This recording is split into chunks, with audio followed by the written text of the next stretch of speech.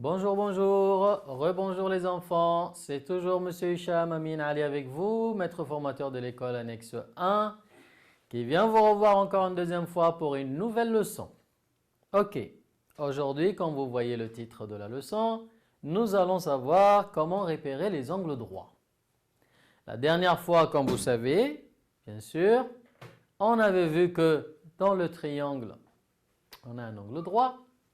Ici, vous avez Omar qui a repéré l'angle droit du triangle et il l'a colorié en rouge devant vous sur l'image. Mais le problème qu'on se pose jusqu'à présent, comment est-ce que Omar a fait pour vérifier que l'angle droit est celui-ci et pas celui-là ni celui-là? Avez-vous une idée, mes enfants?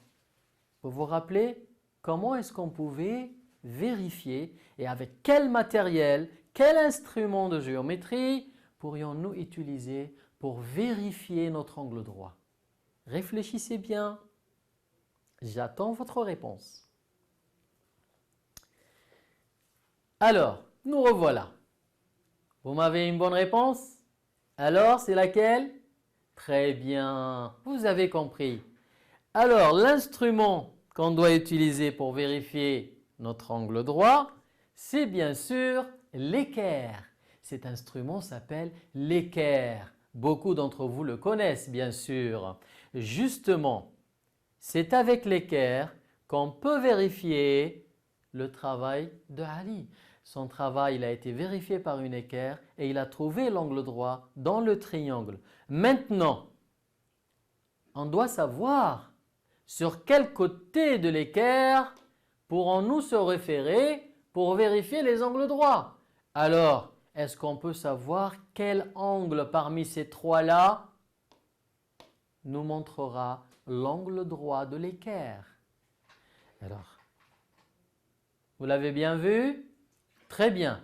Si vous avez votre équerre avec vous, prenez-la parce qu'on va bien montrer avec moi, avec vous et au tableau où est cet angle droit. Donc, voici mon équerre. Elle ressemble bien sûr à ton équerre que tu as avec toi. C'est très bien. Dans mon équerre, il y a bien sûr trois coins. Le premier en haut, au sommet, le deuxième en bas et le troisième. Donc, pour moi, l'angle droit de l'équerre se réfère en regardant bien sûr le grand côté de l'équerre, et je regarde l'angle opposé, l'angle en face. Voilà le grand côté de l'équerre et l'angle qui est en face de lui, c'est l'angle droit. Et moi, bien sûr, avec vous, je veux mettre l'indice de l'angle droit sur mon équerre parce que vous aussi, vous devrez le voir. Alors, voilà l'indice. Je peux le mettre de ce côté, je peux même le mettre de ce côté. Ça dépend de quel côté j'en ai besoin. Très bien. Je viens de tracer l'indice de l'angle droit sur mon équerre et on a bien vu que les deux côtés qui montrent ce coin-là montrent l'angle droit de l'équerre. Excellent les enfants. Alors, maintenant ce qu'on va faire, je vous montre le travail de trois élèves qui ont décidé de placer leur équerre pour montrer un peu l'angle droit qu'ils veulent découvrir. Alors, ces trois élèves, ils ont placé leur équerre comme ils veulent. Bien sûr, nous, on a déjà montré l'angle droit de l'équerre. Il était où? Et nous allons faire apprendre à ces trois élèves s'ils ont raison ou non. Qui parmi ces trois-là a bien placé son équerre? Alors, le premier, il a placé son équerre comme ça. Vous voyez l'angle droit? Il a placé son équerre comme ça. Est-ce qu'on est d'accord? Eh bien non, bien sûr. Ça, c'est Saïd. Il a mal placé son équerre. Et si je passe à Asia maintenant, Asia, elle a placé son équerre comme ça. Pour trouver bien sûr cet angle. Est-ce que ça correspond à l'angle droit de l'équerre? Eh bien non, c'est le deuxième angle. Le troisième angle n'ont rien à voir dans l'angle droit. L'angle droit est bien tracé sur mon équerre. Par contre, le travail de Myriam, elle a placé l'équerre comme ça. Est-ce qu'on est d'accord? Bien sûr qu'on est d'accord. Elle a bien placé l'équerre. Je vois les deux côtés de l'équerre qui sont exactement sur les deux côtés de l'angle droit et il n'y a pas un côté qui dépasse ou un côté qui est plus petit que l'autre côté. Très bien, Myriam. Alors, maintenant, pour vous, les enfants, c'est Myriam qui a bien placé l'équerre parce que comment elle a fait? Elle a d'abord cherché où est l'angle droit de l'équerre. Elle a trouvé l'angle droit de l'équerre. Alors, elle s'est dit, je veux le glisser. Je veux le faire glisser sur mon angle. Et comme elle a vu qu'il y a un seul côté dessus, elle a ajusté. Sur la deuxième côté, elle a ajusté pour montrer qu'il y a un angle droit. C'est bien, Myriam. Ici, par contre, ces deux angles, elle a fait le même test. La petite Myriam, elle a vu que ici c'est bien un angle droit, les deux côtés passent exactement sur les deux côtés de l'équerre, alors que là, lorsqu'elle a placé, vous voyez bien les enfants, ça passe d'un seul côté, mais l'autre côté, il est plus loin. Il n'est pas compatible avec le deuxième côté de l'équerre, donc il n'y a pas d'angle droit ici. Très bien les enfants. Maintenant, regardez avec moi. Alors les enfants, je vous ai préparé un petit travail.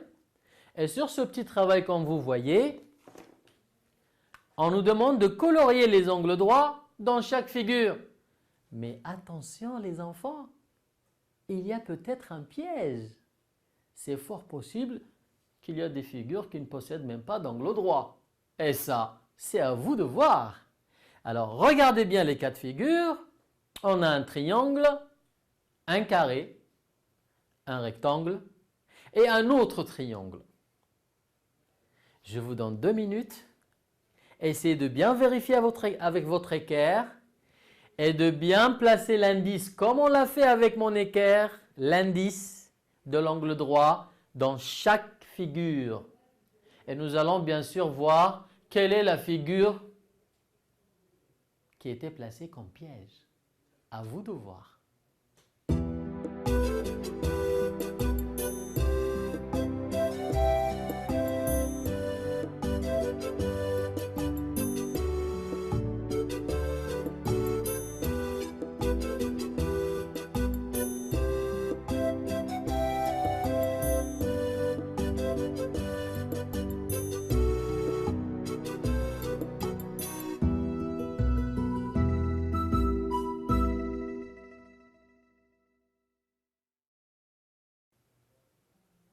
Alors les enfants, nous voilà de retour.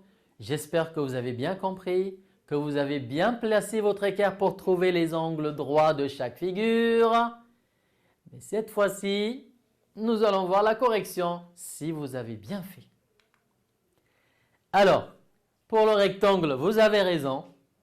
On a bien trouvé les 4 angles droits dans un rectangle. On peut trouver les 4 angles droits. Et comme on vérifie, vous voyez, les deux lignes sont compatibles avec les deux lignes de l'équerre. C'est pareil pour le deuxième angle. Pareil pour mon troisième angle. Et pour mon quatrième angle. C'est excellent. Excellent les enfants. Je vous félicite. Par contre, le triangle, vous en avez trouvé qu'un seul. Ben, nous allons vérifier, nous aussi. Alors, le premier angle que vous avez trouvé, c'est très bien. Il est compatible aux deux côtés de l'équerre. Par contre, celui-là, si je place mon équerre, je vois bien qu'il y a un côté qui est compatible. Mais le deuxième, il n'est pas compatible. Il rentre à l'intérieur, ce qui n'est pas juste. Et le troisième, comme vous voyez, j'ai encore placé mon équerre. J'ai un seul côté compatible. Mais le deuxième côté, il passe à l'intérieur. Donc, vous avez raison, mes chers enfants. Le triangle rectangle ne possède qu'un seul angle droit. Et c'est celui que vous avez trouvé. Excellent.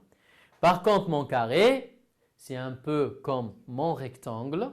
Il a ces 4 angles que vous avez vérifiés vous-même. Mais il y a une question que je me pose.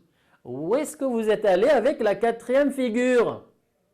Eh bien justement, la 4e figure, c'était un triangle, mais cette fois-ci, qui ne possède aucun angle droit. Si je vérifie, vous voyez vous-même avec moi, première ligne compatible, deuxième ligne, elle n'est plus.